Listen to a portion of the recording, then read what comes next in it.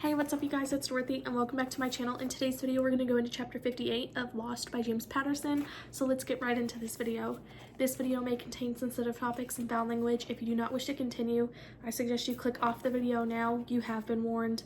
Hannah didn't want to take any chances, so she decided to leave for Miami out of Paris. She, Albert, Josie, and Cy took the train to France. The entire trip, Albert conducted his version of counter-surveillance by roaming through the cars, making certain no one was following them on the train. Hannah, Albert, and Josie had fake passports that identified them by different names. Cy used her regular passport. No one would recognize her name or suspect her of anything. Hannah wanted to let her guard down for just a moment and enjoy the train ride. She wanted to appreciate the scenery and think about the future. She was starting to believe they had a future, but she just couldn't relax. Josie and Cy were obviously, as they searched their phones for information on Florida and Disney World. It made Hannah smile, seeing Josie so excited. It was a childhood Hannah would have liked. All that mattered to her was Josie's happiness. Albert came back to the car. Hannah snapped, "Sit down, you're making me nervous. Rossoff won't be happy we slipped away from Amsterdam. All will be forgotten when we pay him. The Russians will help us in Miami because they need our load. It will all work out, so just sit down and relax." He plopped into the seat facing the girls, and Hannah felt that they were a little family.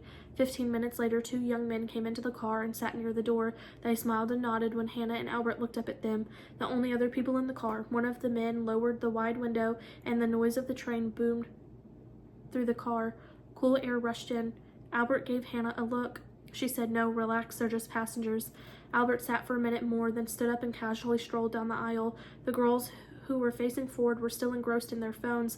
They couldn't see the new passengers without turning around. Albert headed toward the loo at the far end of the car. As he passed them, he said in Dutch, "How's it going?" The thinner of the two men, about 25 years old, answered, "Good, and you?" Hannah heard the slight Russian accent in the greeting. Damn, Albert was onto something. Her brother turned just as the man stood up and popped open a switchblade. Albert moved like lightning and parried a blow, then threw his elbow into the young man's clean-shaven jaw.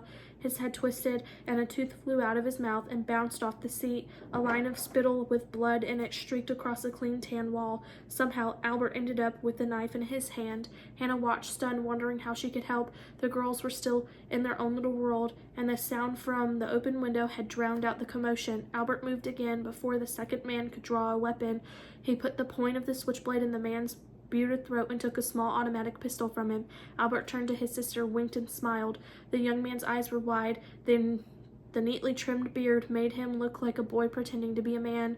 So did the ease with which Albert had disarmed him. Albert put the pistol to the man's head and gave him an order in a low voice. The bearded man helped his dazed Russian friend up, and Albert escorted the two of them to the electrical and maintenance closet wedged next to the restroom. Albert said something else, opened the locked closet door with the first man's knife, and forced the two inside. 30 seconds later, he flopped, exhausted, into the seat next to Hannah.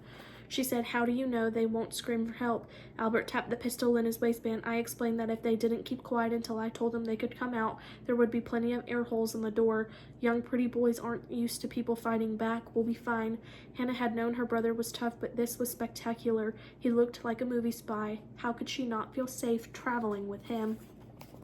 That is the end of this chapter. I will see you guys in the next video. Bye.